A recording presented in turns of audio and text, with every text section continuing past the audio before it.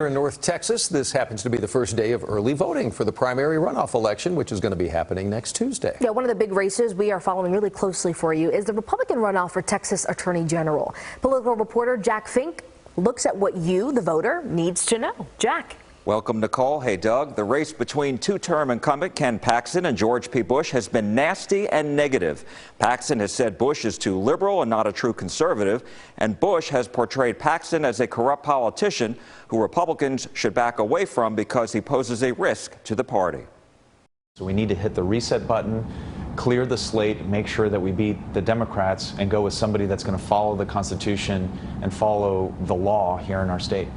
George P. Bush is hoping Republican primary voters hear his message. He sharply criticized Attorney General Ken Paxton for the state felony charges he's faced since 2015 and for the bribery accusations made by his former top lieutenants at the AG's office who reportedly went to the FBI. Paxton has denied any wrongdoing in both cases. A new poll by the Dallas Morning News and UT Tyler shows a much tighter race, with Paxton leading Bush by 6 percentage points, 41% to 35%. 24% said they still don't know who they'll vote for. Last month, a Texas Hispanic Policy Foundation poll showed Bush trailed by 42 percentage points and found some Republicans wouldn't vote for him because he's a member of the Bush family. Bush has responded on Twitter.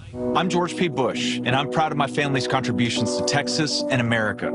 But this race isn't about my last name. It's about Ken Paxton's crimes.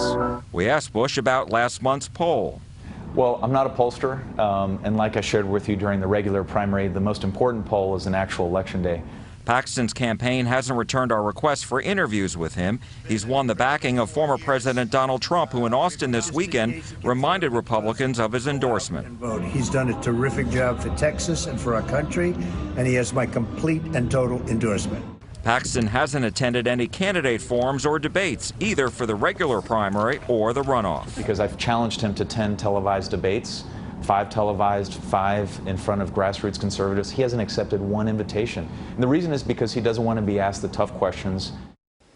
In the March 1st primary, Paxton received nearly 43% of the vote. The runoff is a brand new election and far fewer people go to the polls, which is why it's so important for the candidates to get their supporters to go vote. Doug? Jack, thanks.